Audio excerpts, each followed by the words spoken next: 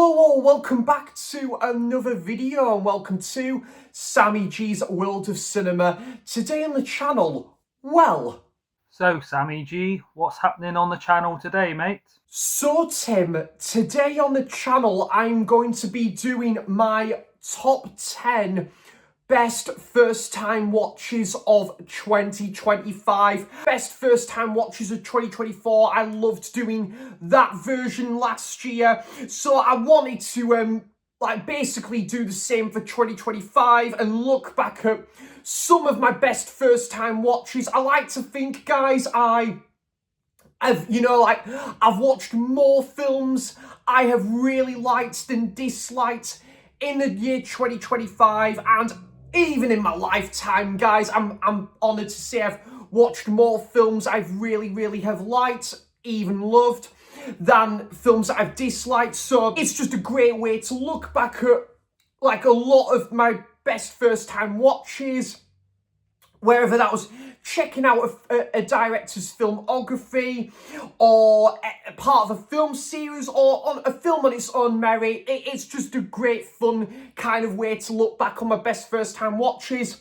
There isn't going to be any films, by the way, guys, from the year 2025. I did do a video devoted to my best new releases of 2025, so I'll put a link to that video out, but these are just best first time watches of films from kind of like obviously years prior and stuff. So I'm gonna just get right into the honourable mentions, guys. I have got about 20 plus honourable mentions. On top of my head, there's probably some I may have missed out, but yeah, I'm going to get right into the honourable mentions. I'm not going to really get into the plot or anything. Otherwise, this video's just going to go on too long, you know. So, anyways, going straight off the bat, few Akira Kurosawa films. We've got High and Low, great crime thriller film, along with Stray Dog. Both fantastic, like, crime thrillers, which I really enjoyed, as well as this samurai film, The Hidden Fortress, which obviously inspired George Lucas to direct and make Star Wars. I think this film very much is a great testament to that, and it is just a great, samurai, sort of action film, but it's got a bit of a kind of a love spell along with it. We've got The Big Country with Gregory Peck. This was fantastic. I absolutely loved this. Just great performances all round. Really cool story. Good rivalry to this one as well.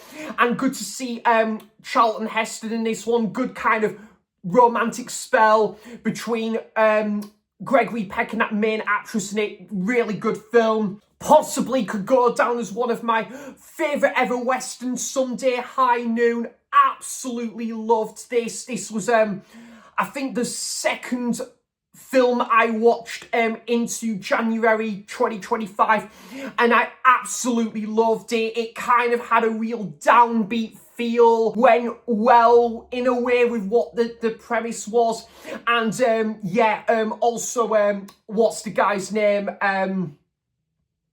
What's his name? Oh, the main actor. What is his name, guys? Gary Cooper. Yep, really great lead and protagonist and a good rivalry to this story. Fistful of Dollars, and for a few dollars more, I watched for the first time. Very cool westerns and great entries into the Dollars, The Man with No Name trilogy, and it will only get better and better as the years went on, when we had and I think it's turning 60 this year, The Good, Bad and the Ugly, which is now one of my favourite films of all time. I've obviously watched that a fair few times, but it was only this year I checked out Fistful of Dollars and Few Dollars More for the first time, and great scores from Ennio Morricone. And each film has like a different feel about it, just really good. And Clint Eastwood firing on all cylinders, great stuff. The Italian Job, yeah, The Italian Job was a first time watch for me as well. Really cool, like British crime film set abroad as well, with a cool set of characters, led brilliantly by Michael Caine. Great kind of like World Cup sort of setting to this one, and the ending kind of left open to your imagination. Awesome film, that one. The Swimmer with Burt Lancaster. This was also fantastic. I went to see this at the Star and Shadow Cinema July last year, and yeah, this was just a really cool, like, sort of like, you know, sort of like a journey home sort of film, and you know, like, it's done in an interesting sort of style in a different direction. It's quite original for its time, and Burt Lancaster was absolutely fantastic in this leading role. Really good stuff. That ending kind of, yeah, took me back a little bit as well. A prison drama that I watched for the first time last year. I love my British movies, guys, and this was one of the big British movies I was yet to see, and this was great as well. Some gnarly shock horror value to it that really captured sort of the horror of prison and what prison is like in this film. And yeah, just some really gnarly scenes. I mean, that greenhouse scene, poof, that isn't a pretty sight, I tell you, but really good film as well, really well acted as well, and a young Ray Winston in that, as well as Phil Daniels. Then another Burt Lancaster film, and Birdman of Alcatraz. This was also fantastic, and another great drama, just a great like character study where you're focusing on this main guy throughout like the years in his life in prison. Kind of did remind me a little bit of Shawshank to some extent, where you kind of, yeah, just focus on a character or two for a number of years and how they are coping with life in prison. And Birdman of Alcatraz was just also fantastic as well. Then I went on an American comedy kick last year, and a couple of films to highlight here. There's Something About Mary. I've been really impressed what I've seen from the Farley brothers so far. Still a couple of films there from the Farleys I do need to check out, but yeah, there's Something About Mary. Just a good, fun, charmful comedy, maybe a product of its time, but who cares? It does its job. It is a fun, romantic comedy, and it just, yeah, it's got those ingredients. Great set of characters, some laugh out loud moments in there, and yeah, just perfect casting to this one. Really cool film all around, and yeah, that prom scene at the start is hysterical. Really good fun film, that one. Wedding Crashers, yep. Jordan Movie Worm will be so proud of me. I finally got round to checking out this film, because I know this is Jordan's favourite, I think, comedy film ever. And yeah, I can see why. Just again, a film that might not get made today now, but just, you know, like, treating it as its own thing, its own comedy, self-aware, it knows what it's doing. It's just a really fun movie. Great chemistry between Vince Vaughn and Owen Wilson in that one. I went on a Steven Soderbergh kick last year, had a great time going through Steven Soderbergh's work. I just really had a fantastic time with his filmography last year, ever since watching Black Bag at the cinema last year. And a couple of his films to highlight here is Traffic. This is brilliant. Just, you know, like, again, great how we're just focusing on these characters individually in individual places, and it's all surrounding this main kind of subject matter as well, with like narcotics and drugs. And yeah, just like a lot of Soderbergh's work. Great casting to this one. Some very dark, depressive scenes as well. And yeah, it had a little bit of a similar feel to Magnolia, where you're focusing on different set of characters at a time. And it's just really good, this film. Erin Brockovich, Julia Roberts, possibly one of my favourite actresses now, and she is absolutely gives a career-defining performance in this film as Erin Brockovich. Great biopic, and you're just rooting for her character all the merry way to fight her case, do what she truly believes and she's destined for, what is the best thing for these townspeople. And Albert Finney, I loved seeing Albert Finney as the supporting character in this one. Just a really good biopic, this one. Then I was on a bit of a Rocky kick last year, checking out the Rocky sequels for the first time, and Rocky 3, this is probably my favourite of the sequels. Just like number 4, banging soundtrack, great fight with Mr. T in this one, between Rocky and Mr. T. A bit of an emotional farewell midway through the film, and obviously it's just great recognition of that character that makes a departure and what an important character that character is, and just fantastic sequel.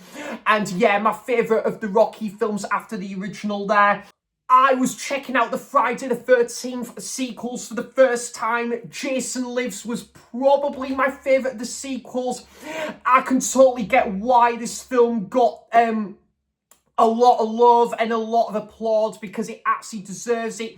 Great kind of reincarnation of Jason, good kills to this one, good soundtrack. I think Alex Cooper does the soundtrack to this one, and it is just a fun movie by Camp Crystal Lake as well, and has different Easter eggs with this one as well, and good kind of like side characters to this one as well. Then Roadhouse, really enjoyed this one for the first time as well. Another great like Patrick Swayze film, good villain to this one as well. You know, with this grand opening of this Roadhouse, and the main guy is just making sure everything is in command and everything is kind of on point and everything's in line with this business. Just, really good film, this one. Great ending as well, and I did like the scene with the band in there as well at the end credits. Good film, that one. I went on a Jim Carrey kick last year, which I'm very much planning on doing so, continuing on with my Jim Carrey binge into this year. A couple of his films I watched for the first time last year was The Cable Guy and Me, Myself and Irene. I really had a great time with these for the first time. And yeah, The Cable Guy, I keep forgetting actually that Ben Stiller directed this one, and he did a good job with this film. Just again, some great comical moments to that one. You know, quite a different role for Jim Carrey compared to one or two of his films prior to this one, and you can see there's a similar resemblance with this character with I think Hank in Me, Myself and Irene, which also from the Farley brothers, and kind of a split personality thing, and this is one of the films I think that does it the best. And just a great kind of road trip movie. Had a bit of a similar feel to North by Northwest with the train scene. Really had a great time with both of these Jim Carrey films. Again, Me, Myself and Irene, that scene with the triplets, with the helicopter. Oh man, that made me chuckle. But both fun movies, and Jim Carrey's become one of my favourite actors now, and it was great to check out some of the films I haven't seen, but go back to a lot of these films and revisit them, so which I plan on continue on with that into this year for sure. Then 10 Things I Hate About You. Yep, this was a really cool like 90s comedy drama, sort of 90s take on a William Shakespeare play, and it kind of done in this sort of like 90s style, and just a really entertaining, fun fun-loving movie with this one. Julia Stiles and Heath Ledger, probably the best part of this film. Great to see Joseph Gordon-Levitt in there. That band towards the end as well. And it's just such a feel-good film, this one. And yeah, you know, like good kind of like a bit of a coming of age movie as well. So, and a good like kind of romantic kind of comedy, but kind of has a different bulk about it as well, that one. Then I had a cracking double bill with the original Frankenstein and Bride of Frankenstein. I had such a ball with both of these movies, and which reminds me, this year I'd love to go back and check out more of those old school Universal monster movies. And yeah, this made for a great double bill at Tyneside Cinema. It's practical, but the production design to this one, the look of Frankenstein and Bride of Frankenstein, just really kind of taken from the same cloth of that first film, and it kind of brings a new addition to that universe and that story. And yeah, it kind of is reinventing the wheel there, and it elevates that as well. I might have just by a smidge preferred Bride of Frankenstein, and just a really great double pairing of films, this one. And yeah, talking of the Bride to Frankenstein, I'm looking forward to the new film The Bride's, directed by Maggie Gyllenhaal, which I'd imagine taken big inspiration from this. But yeah, great experimental movies, and just yeah, it kind of does something really cool with these like kind of monsters, and to bring it to great screen presence there. A couple of horror movies, and yeah, it was great to watch these both for the first time in October of last year for horror season, and I went for the original Ring. Wow, this was fantastic. I loved this. It was just so creepy, terrifying. It's not terrifying as much, but it has a very really dark and cunning and brooding presence filtered all over this film, and it kind of leaves you on the edge of your seat because you just don't know where this main threat is gonna strike next. And yeah, just some quite daunting imagery that's very kind of thought-provoking, and it's a mind-bending experience, but that ending really left it on a cunning cliffhanger as well. Fantastic Japanese horror film. And yet I finally watched and this was at Star and Shadow Cinema as well, The Blair Witch Project. This was also great. Just a product of its time, a found footage film, which was kind of the founding father of that subgenre. But what a great kind of founding father of this subgenre it is. And for its time, it's very kind of daunting and so dark with its theme, its experiment, and these group of young filmmakers going in the forest, and all the appearance with these symbols, and it's bare silent. And yeah, it's just, it's very kind of, oof, this is a bit of a kind of, this is quite mesmerizing to watch. And yeah, some quite creepy echoes as well, and some very dark layers filtered here and there to this one as well. It kind of ends the film on a abrupt note. It kind of leaves you thinking afterwards. So yeah, that's the original Blair Witch Project. Those have been a bit of a hodgepodge of a lot of these honourable mentions. Like I say, folks, there's probably a few more of these films I can't think right now off the top of my head which ones they are that I might be missing, but I'm so glad nonetheless to highlight a good vast majority of these first time watches that didn't quite make the top 10 there. So yeah, guys, now we're going to get into the top 10, my top 10 best first time watches of 2025. So grab yourself a cuppa, or as it's the weekend, a Pepsi Max. Let's roll the credits, and we're going to find out what made inroads into my top 10 best first time watches of 2025. Come on, bring on the show. The weekend is here, and it's alive and kicking. Come on, bring on the show. Let's go.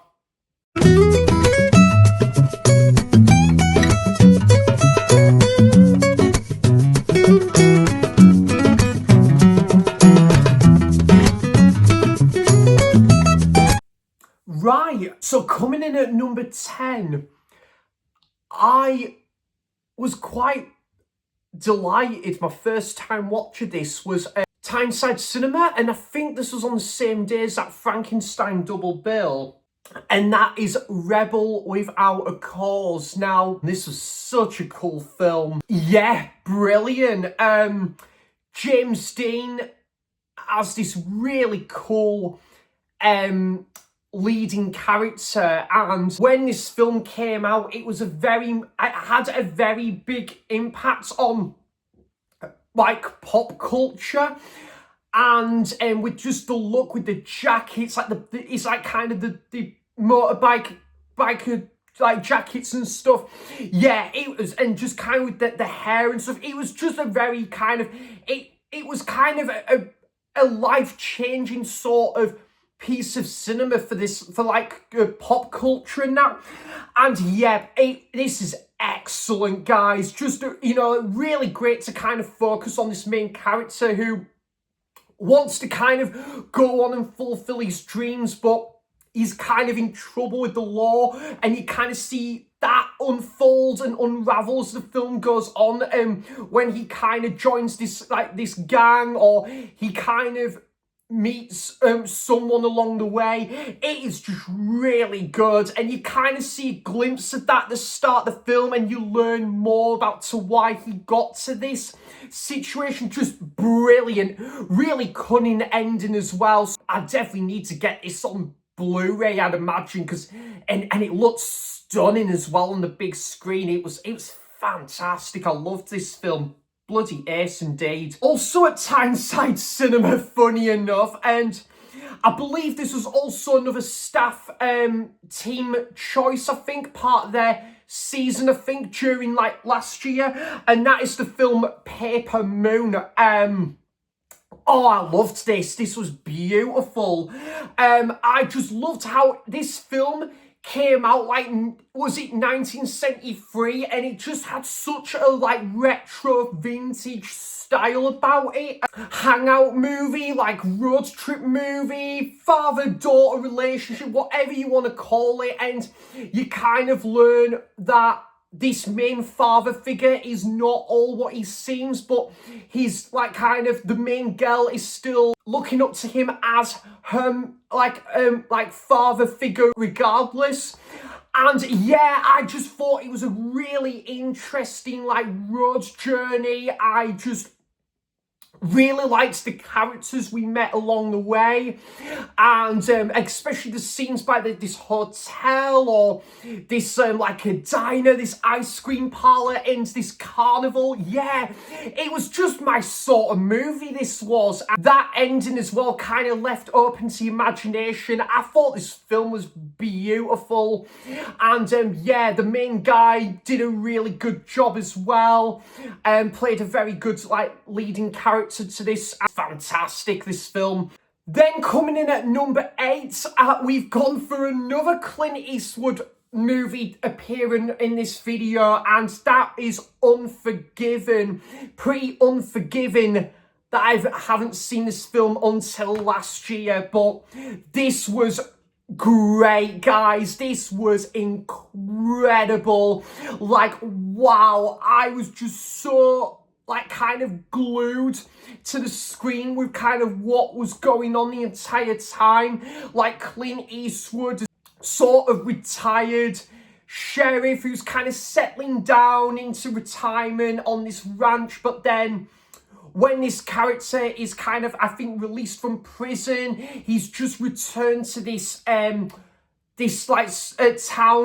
western town, after a number of years. Clint is gonna have to get back into action here to kind of, see what is kind of making a real sort of vulgar and drastic sort of turn for the worse for some of these characters. He is got it in him to kind of return to that, to who he is meant to be the entire time, this hero, this sheriff, and to, you know, like, do what's best and what he believes in, and for not just himself but these townspeople.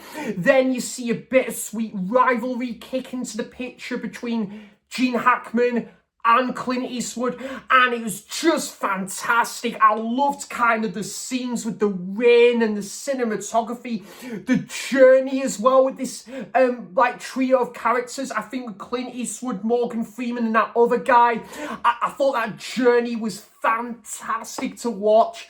And Gene Hackman, his character in this film was really kind of vulgar and so rash, but he's acting and his performance was just sheer brilliance. So yeah, absolutely great film, wonderfully directed by Clint Eastwood himself as well.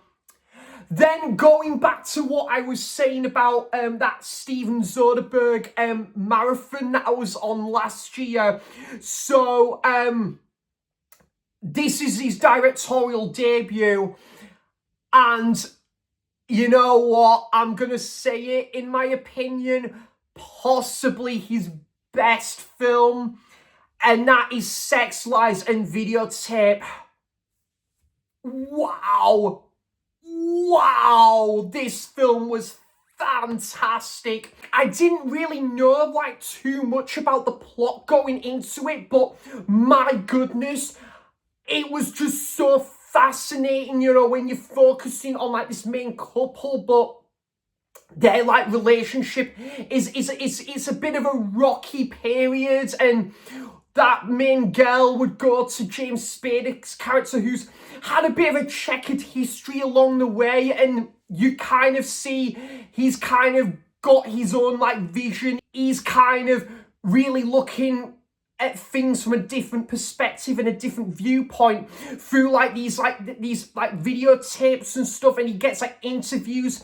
He learns more about the people he's met and known for years through like these different individual profiles, and it was just a fascinating film to watch. Like kind of a bit of a low budget directorial debut film, but by no means a bad thing, because it told for just a great kind of like character driven, you know, sort of dark film, but it's got a slice of romance into it, but it's not a full-on romantic film. It's kind of one relationship you kind of see as having a bit of a car crash, and then you see, is this main guy gonna know about what James Spader's character's doing the whole time?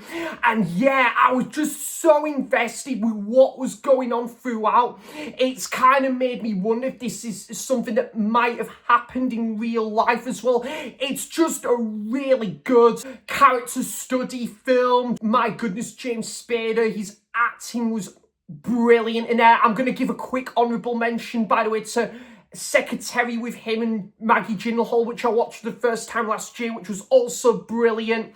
But yeah, this was incredible, and kind of with the camera work, the way it was filmed, and that kind of those high angle camera shots as well.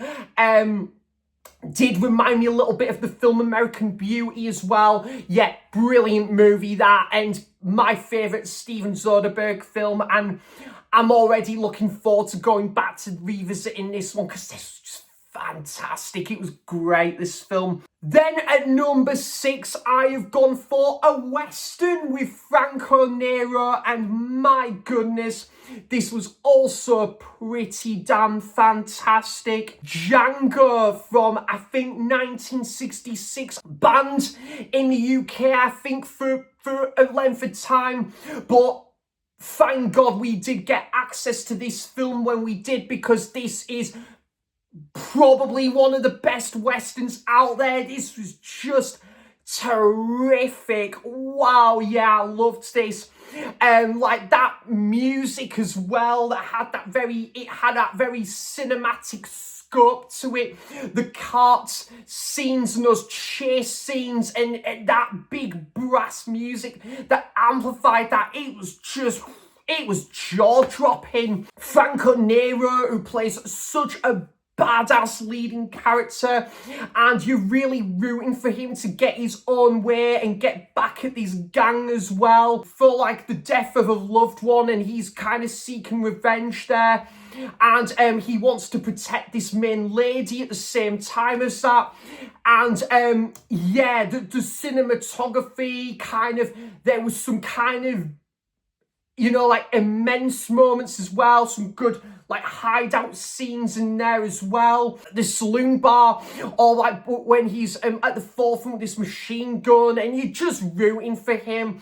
It's just, it helps with these westerns where you get like a western hero taken on the mantle, and you're really rooting for that character, but all the more better when you've got such a great actor to carry off that role and just excel front, left, right and centre. So had a great time with this one, guys, and one of my favourite ever westerns now. So yeah, that is Django. Top 5, and my goodness, I am so glad I held off, and my first time watch of this was at the Star and Shadows Cinema. Just, it was meant to be, and it was absolutely wonderful. And that is The Hit Show with Rutger Hauer. And yeah, everyone that sung this film's praises, they were not wrong with this. This was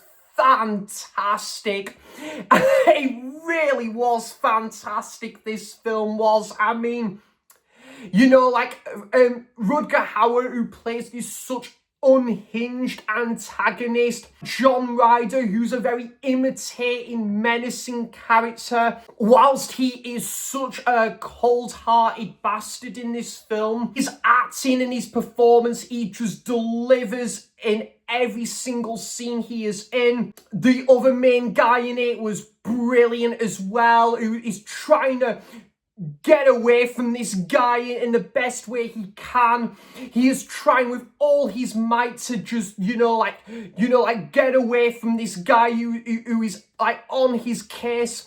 And then he meets that lady, and then he's in that situation to protect her.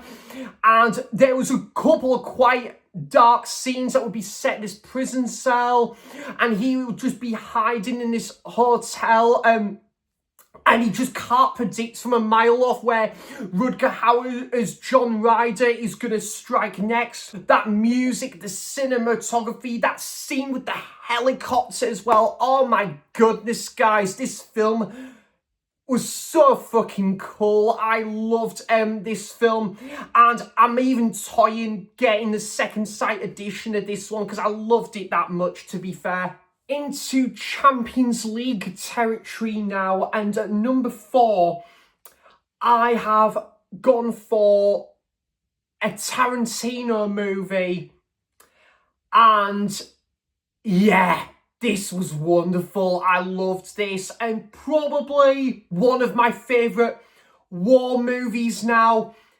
Inglourious Basterds. Oh, this was great, guys. This was really fantastic. Just a very interesting take on a war movie, and just carried off, directed brilliantly by Tarantino, and one of the most beloved directors for a reason.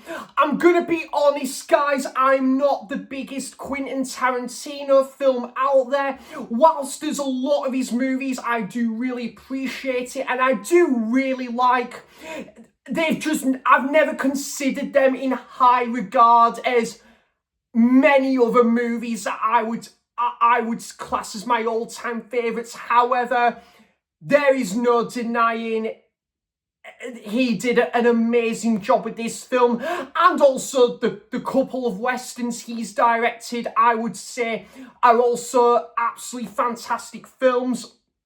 But yeah, he's done some great films, and this is no exception here. Like, again, just very, Christopher Waltz just probably gave off a career-defining defining performance. You know, that opening scene is immense.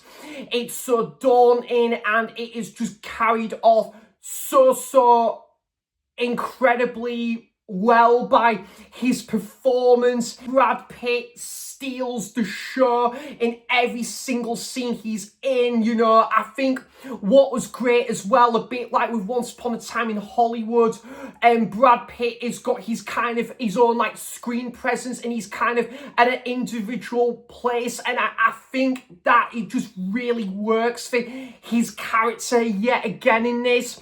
And but yeah, with like Eli Roth in the woods as well, and then the scene where he's after these guys, it's just, you can't take your eyes off the screen. Also, that main guy with that lady who works at like this cafe, and there's this vintage style cinema.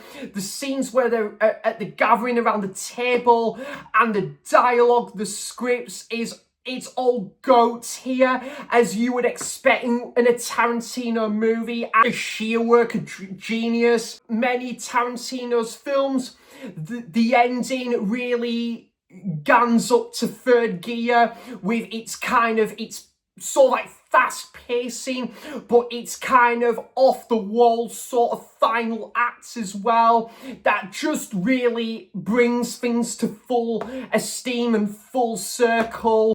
It's just such a wonderful film, and yeah, just a very kind of, it's quite an original take on a war film as well. The cast and the crew all firing on all cylinders in this, and yeah, just sheer brilliance, guys, and proves my point that 2009 was one of the best years ever for film, and one of my favourite years ever for film. So yeah, that is Inglourious Basterds there, which I will most certainly will be returning to in the future. Number 3, we have another adaptation of a Shakespeare play of Macbeth, because we talked about 10 Things I Hate About You early in the video. This is perfect timing, because I went to see this at Tyneside Cinema Friday night, my second viewing of this. This was like a full house screening, and just meant to be phenomenon sort of samurai movies, and you know, like these like groundbreaking world cinema foreign language films as well. Number 3, and this is possibly like the top 2 here, one of the best films I think I've ever seen now, and yet it was probably just as fantastic as on that first viewing, and that is Throne of Blood. This is probably now my second favourite Kurosawa film. I just absolutely love this take on a samurai movie. It's just so cool how we follow these two main friends at the start in this in the Cobweb Forest, it's called, and they're at great threat with this spirit that can predict things. He can see the future, and they're at great threat. They're trying to predict who's going to be in command, who's going to be at the forefront here, and you know, like, where is this army and this battle going to take place and come into the picture? And yeah, it's kind of life on the line sort of scenario in this film, and it's just amazing. The main like lady in this film as well plays a very significant role to this, and that other guy who is rivaling off with the other like main guy who's in command, and you know, like sort of at the forefront in this. And yeah, it's just great looking at each perceptions, and like who's like a greater threat and who's kind of, you know, like kind of sort of taking their further strides into this. It is just excellent. That ending, again, you'll never forget that ending once you see it, and that music has got that real oomph and that extra bite of the apple there. And again, the battle scenes are just glorious, as you would expect in one of these like groundbreaking samurai films, and this excels in every single way yet again here. And it's just the character work in Kurosawa's films is just fantastic, and just wonderful cinematography. Again, the battlemen and then the forest, and when you're focusing on individual characters, it keeps you engaged, it keeps you on the edge of your seat. A work of genius. Absolutely love and adore this film, and probably slowly becoming one of my favourite films of all time now. And I've watched this film twice already. It was love at first sight. So yeah, that is Throne of Bloods there at number 3. Runner up and my second best first time watch of the year goes to an Alfred Hitchcock movie, and just a great reminder that I need to go back and check out a lot of Hitchcock's work because of wonderful spellbinding movies like this, and that is North by Northwest. I'm from the Northwest, and how it's taken me this long to watch it, I can't believe it, but wow, this film is so cool. It is so fascinating to watch. Like, the main character, played by Cary Grant, who is wronged and he's framed. The finger is pointed at him for this own wrongdoing, and things are just constantly going up against him, and you just are rooting for him. You're rooting for him to kind of get back at this character or this other character that is framed him and put him in through the ringer, and this sort of like this drastic ongoing carry on sort of problematic sort of situation that no matter how he tries to get out of, but something seems to keep going up against him. When he meets this lady, there is a bit of a change in direction, and you really want him to stay with this lady because that is what is keeping him together, and there's a glimpse of hope there that she is gonna keep his identity secret and hidden from the people that are on at the back foot of it all. An incredible movie, guys. James Mason plays a great side character to this one, and great New York setting, and great train scene in this film, which I think would have inspired the Farley brothers for Me, Myself and Irene there. And yeah, absolutely wonderful film, and it was an instant 5 out of 5 for me on Letterboxd, and brilliant music as well from Bernard Herrmann. So yeah, that is North by Northwest there, my runner-up and second best first time watch of 2025 there. And coming in at number 1, what could it be? And I think I made a statement possibly January last year, similar time last year. This instantly was a 5 out of 5 for me. It instantly became one of my favourite films of all time, which it now is. Pretty much from when the year started last year, it was a number 1 spot for my best first time watches of 2025. And it pretty much remains that and took that number 1 spot for the entirety of the year.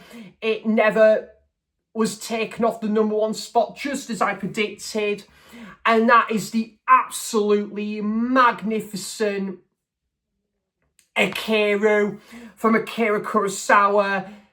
This is a beautiful movie, quite a heartbreaking movie, but a beautiful movie as well. This is just, this film is wonderful. Like myself, everyone who loves the film Living, starring Bill Nighy, we've all got to thank Akira Kurosawa for this film that would have led on to the film Living with Bill Nighy, because this is the original version, and we just got to thank Akira Kurosawa for that film that would come after this film, and it's just because that's a remake of this film. Quite a devastating movie at times. There's just a lot of emotional beats in this film, a lot of tug at the heartstrings.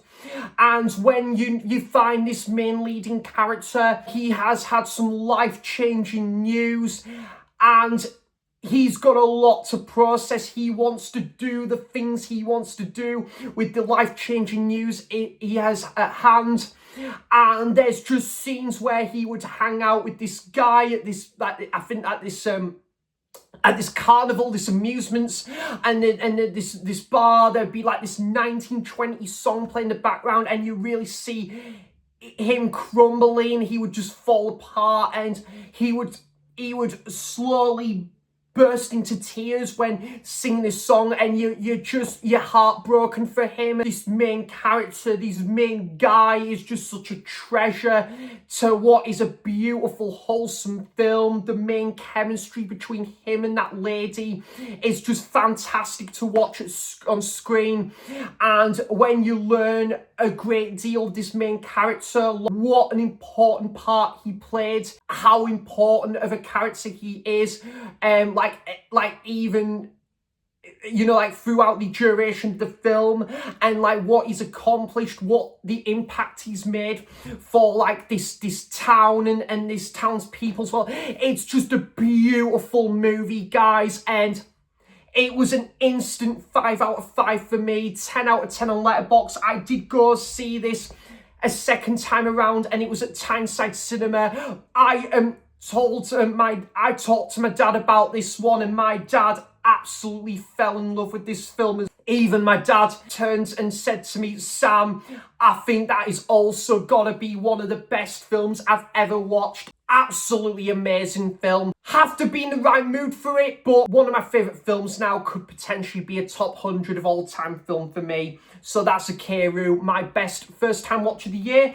So yeah, guys, those are my top 10 best first time watches of 2025, and a hodgepodge of honourable mentions. I would love to know some of your best first time watches of 2025, and it's just been a great fun video to make, like looking back on a lot of my best first time watches of the year, and just can't wait to see what 2026 will bring to the table, with many first-time watches and new releases to come on the horizon as well. So yeah, guys, do let me know your thoughts on any of these movies I've talked about here today on the channel, and I'll be back for more content soon there. So thanks for watching, cheers for stopping by, and until next time, I'll see you for the next video. Bye-bye, take care, guys, thank you so much.